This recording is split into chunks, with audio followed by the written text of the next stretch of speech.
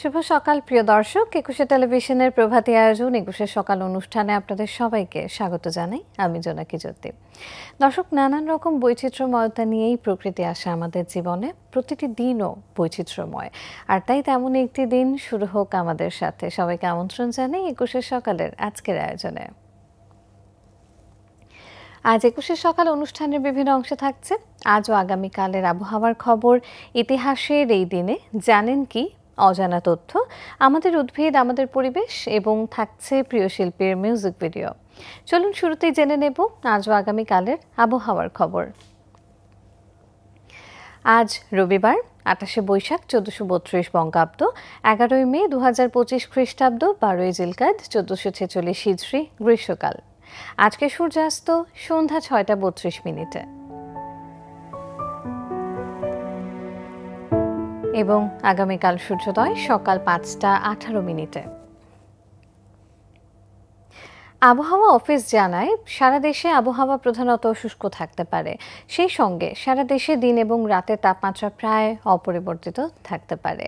সারা দেশে চলমান তাপপ্রবাহ অব্যাহত থাকতে পারে। এছাড়া চুয়াডাঙ্গা, ঢাকা, টাঙ্গাইল, মানিকগঞ্জ, ফরিদপুর, রাজশাহী, সিরাজগঞ্জ ও যশোর জেলার ওপর দিয়ে অতি তীব্র তাপপ্রবাহ থাকবে।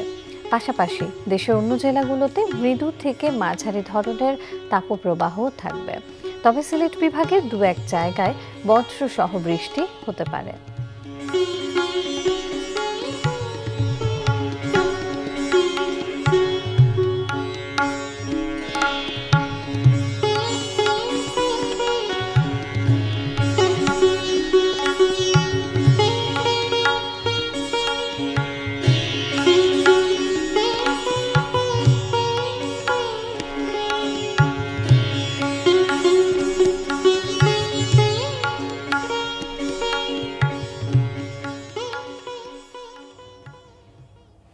দর্শক, আজ শুরুতেই আমাদের আয়োজনে থাকছে ইতিহাসের এই দিনে সেগমেন্টটি।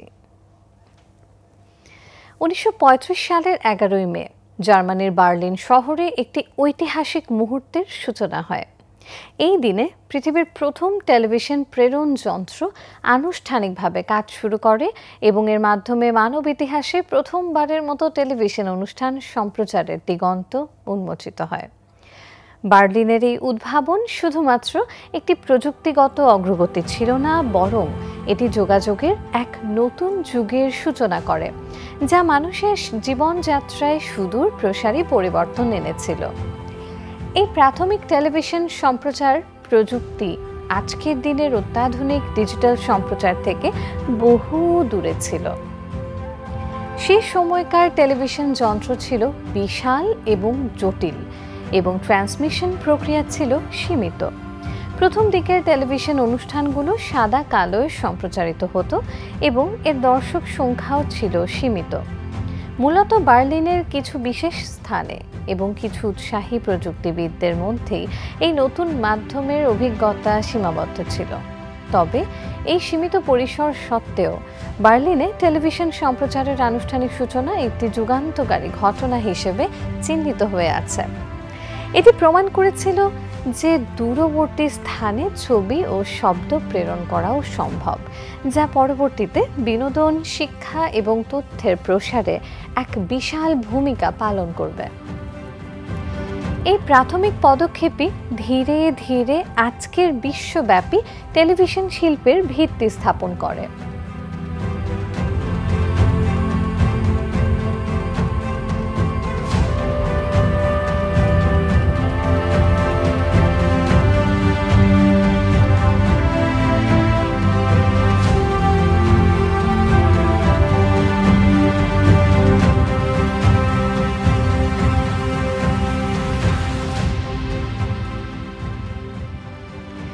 যা বার্লিনে 1935 সালের সেই 11ই মে শুরু হয়েছিল, তা আজ বিশ্বজুড়ে কোটি কোটি মানুষের দৈনন্দিন জীবনের অবিচ্ছেদ্য অংশে পরিণত হয়েছে। টেলিভিশন এখন শুধু বিনোদনের মাধ্যমই নয়, এটি জ্ঞান অর্জন, সংস্কৃতি বিনিময় এবং বিশ্বকে জানার এক শক্তিশালী মাধ্যম। বার্লিনের সেই প্রথম সম্প্রচার যন্ত্রটি তাই কেবল একটি প্রযুক্তিগত উদ্ভাবন নয়, বরং মানব ইতিহাসের এক গুরুত্বপূর্ণ মাইলফলক।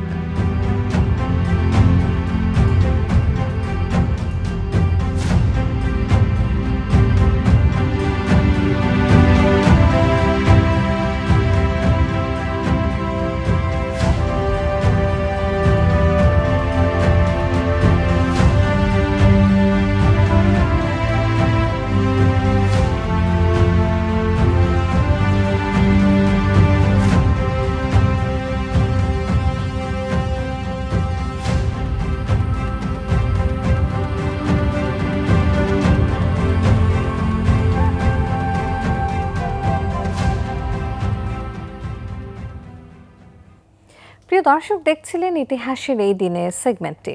আমাদের এবারের আয়োজনে থাকছে জানেন কি। কতই না বিচিত্র আমাদের এই পৃথিবী, প্রাণেরও কতই না বিপুল সমারোহ। পৃথিবী জুড়ে রয়েছে নানা ধরনের প্রাণী ও পতঙ্গের অস্তিত্ব। তাদের প্রত্যেকেরই আলাদা আলাদা স্বভাব ও বৈশিষ্ট্যও রয়েছে। তাদের জীবনযাপন, আচার আচরণ নানান ধরনের। সেসব সম্পর্কে আমাদের ধারণাই বা কতটুকু? আজ আসুন আমরা জেনে নেব তেমনই কিছু জানা অজানা তথ্য। ডুগং, যা সমুদ্র ধেনু নামেও পরিচিত, একটি শান্ত ও নিরীহ স্তন্যপায়ী প্রাণী। এরা মূলত উষ্ণ উপকূলীয় অগভীর জলে বাস করে এবং সম্পূর্ণরূপে তৃণভোজী। সমুদ্রের তলদেশে জন্মানো বিভিন্ন প্রকার ঘাস এদের প্রধান খাদ্য এবং এরা দিনে প্রায় 25 থেকে 30 কেজি পর্যন্ত জলজ উদ্ভিদ খেতে পারে।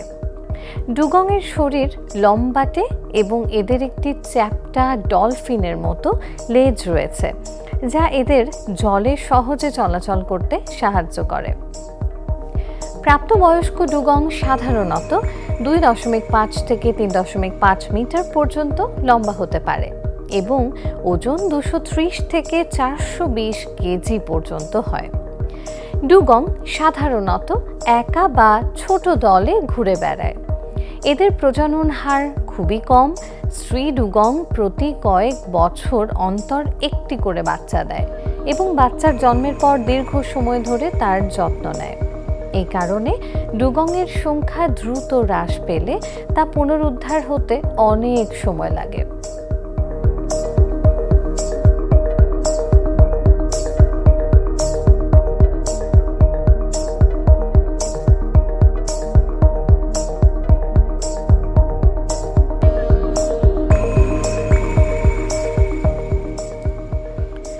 বিশ্বের বিভিন্ন উষ্ণ উপকূলীয় অঞ্চলে ডুগং দেখা যায়, বিশেষ করে ভারত মহাসাগর এবং পশ্চিম প্রশান্ত মহাসাগরীয় অঞ্চলে। অস্ট্রেলিয়া, মান্নার উপসাগর এবং ভারত ও শ্রীলঙ্কার মধ্যবর্তী পক প্রণালীতে এদের উল্লেখযোগ্য সংখ্যায় দেখা যায়। তবে বাসস্থান ধ্বংস, দূষণ এবং মাছ ধরার জালে আটকে পড়ার কারণে এদের সংখ্যা ক্রমশ কমছে। IUCN ডুগংকে প্রায় বিপন্ন প্রজাতি হিসেবে তালিকাভুক্ত করেছে। এদের সংরক্ষণের জন্য বিভিন্ন আন্তর্জাতিক ও স্থানীয় প্রচেষ্টা চালানো হচ্ছে, যার মধ্যে রয়েছে এদের আবাসস্থল রক্ষা করা এবং মাছ ধরার নিয়মকানুন কঠোর করা। ডুগং সমুদ্রের বাস্তুতন্ত্রের একটি গুরুত্বপূর্ণ অংশ এবং এদের রক্ষা করা সামুদ্রিক জীববৈচিত্র্য রক্ষার জন্য অপরিহার্য।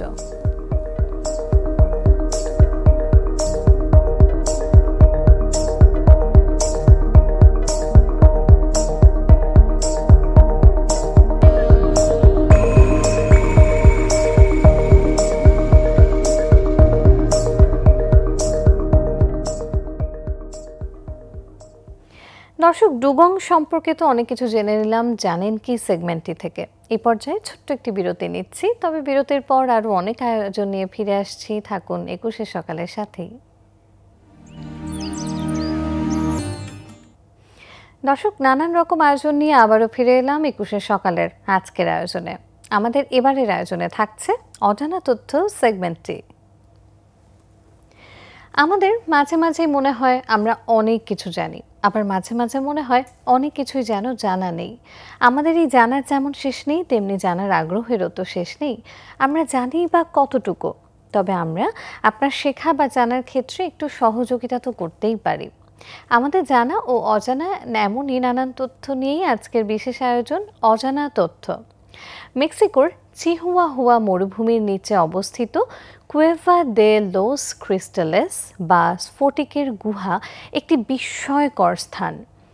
এই গুহাটি বিশাল আকারের জিপসাম স্ফটিকের জন্য বিখ্যাত, যা এটিকে পৃথিবীর অন্যতম অসাধারণ প্রাকৃতিক গুহা হিসেবে পরিচিত করেছে। ধারণা করা হয় প্রায় 5 লক্ষ বছর আগে ভূগর্ভস্থ ম্যাগমা চেম্বার থেকে আসা উত্তপ্ত খনিজ সমৃদ্ধ জল ধীরে ধীরে এই স্ফটিকগুলো তৈরি করেছে। গুহার ভেতরের তাপমাত্রা সাধারণত থাকে প্রায় 58 ডিগ্রি সেলসিয়াস এবং আর্দ্রতা থাকে প্রায় 90 থেকে 99%, যা মানুষের জন্য অত্যন্ত বিপজ্জনক।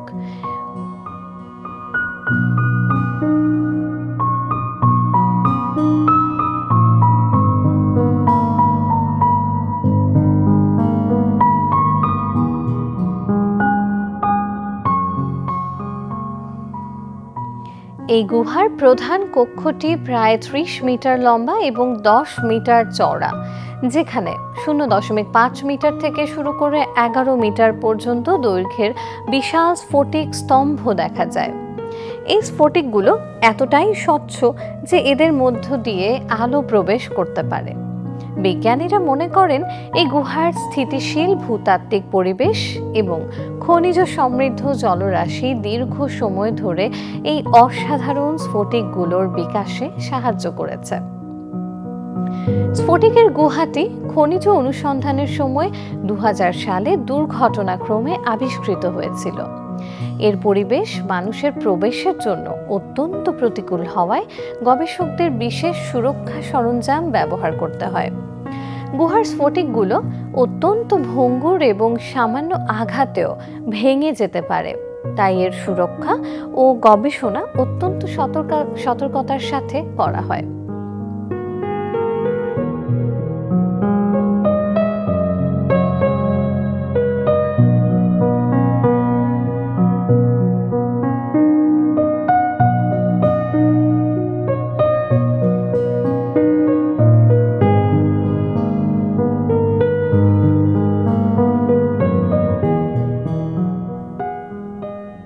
স্ফটিকের গুহাটি বিজ্ঞানীদের কাছে ভূতত্ত্ব, খনিজবিদ্যা এবং চরম পরিবেশে জীবনের অস্তিত্ব নিয়ে গবেষণার এক অমূল্য ক্ষেত্র।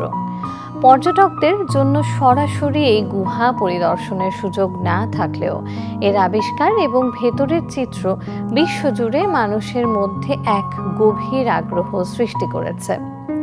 এই গুহাটি প্রকৃতির এক অসাধারণ সৃষ্টি এবং পৃথিবীর প্রাকৃতিক বিস্ময়গুলোর মধ্যে অন্যতম।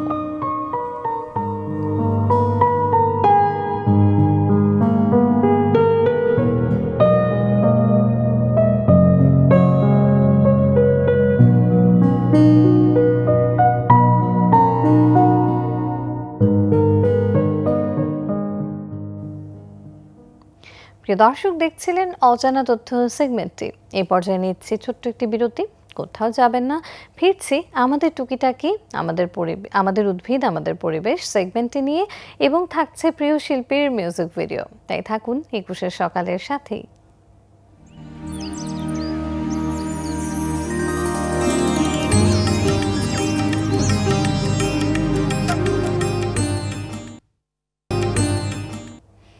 প্রিয় দর্শক, স্বাগত জানাচ্ছি আবারও। দেখছেন 21 সকালের আজকের আয়োজন।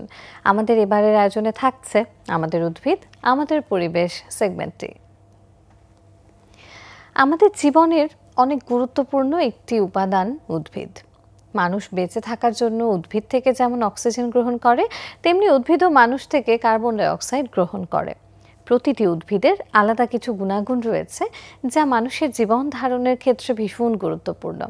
প্রিয় দর্শক, এমনই কিছু উদ্ভিদের বৈশিষ্ট্য নিয়েই সাজানো হয়েছে আমাদের উদ্ভিদ আমাদের পরিবেশ সেগমেন্টটি। গ্রীষ্মের খরতাপে প্রকৃতিতে প্রাণের সজীবতা নিয়ে যেসব ফুল ফোটে, তার মধ্যে সোনালু বা সোনাইলের নাম উল্লেখযোগ্য। এটি আমাদের দেশে সোনালু নামেই বেশি পরিচিত। লম্বা ঝাড়ালো মঞ্জরিতে থোকা থোকা সোনালি ফুল দেখলে মন ভরে ওঠে। ফুলের এই প্রাচুর্য আর উজ্জ্বল রং যেন গ্রীষ্মের রৌদ্রের প্রতিচ্ছবি। ঝাড় লণ্ঠনের মতো দীর্ঘ থোকায় হলুদ সোনালি রঙের সোনালো ফুল চলতি পথে যে কারো নজর কাড়বে।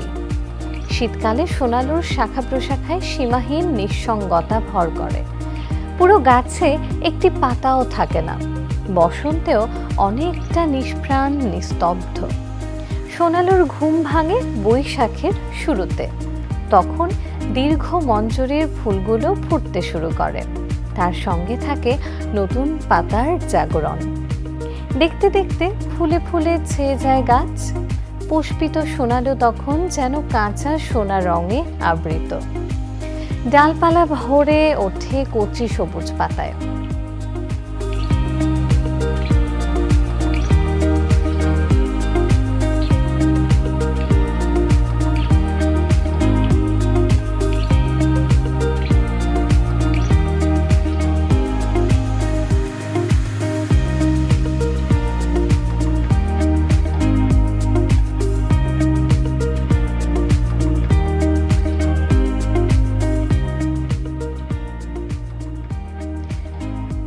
সোনালুর প্রধান আকর্ষণ দীর্ঘ ঝুলন্ত পুষ্পমঞ্জরি।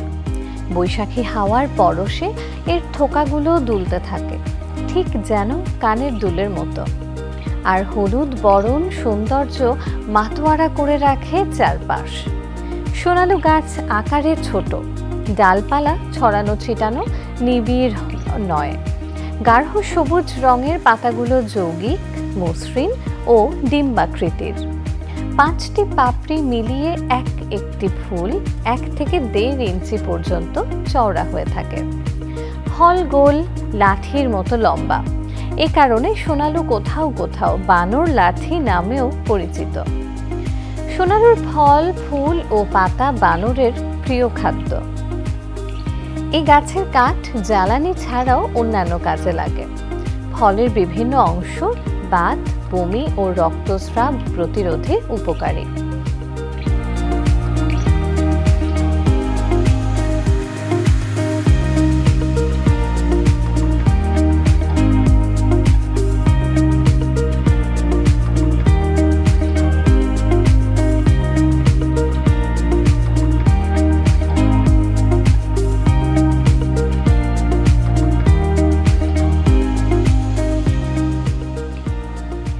সোনালু গাছ পরিবেশের ভারসাম্য রক্ষায়ও গুরুত্বপূর্ণ ভূমিকা রাখে।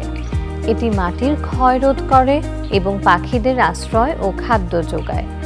এই গাছের বৃদ্ধি মন্থর হলেও বীজ সহজেই অঙ্কুরিত হয়। সোনালুর আদিবাস পূর্ব এশিয়ায়। সোনালু ফুল শুধু একটি ফুলই নয়, এটি গ্রীষ্মের আনন্দ আর প্রকৃতির ঐশ্বর্যের প্রতীক।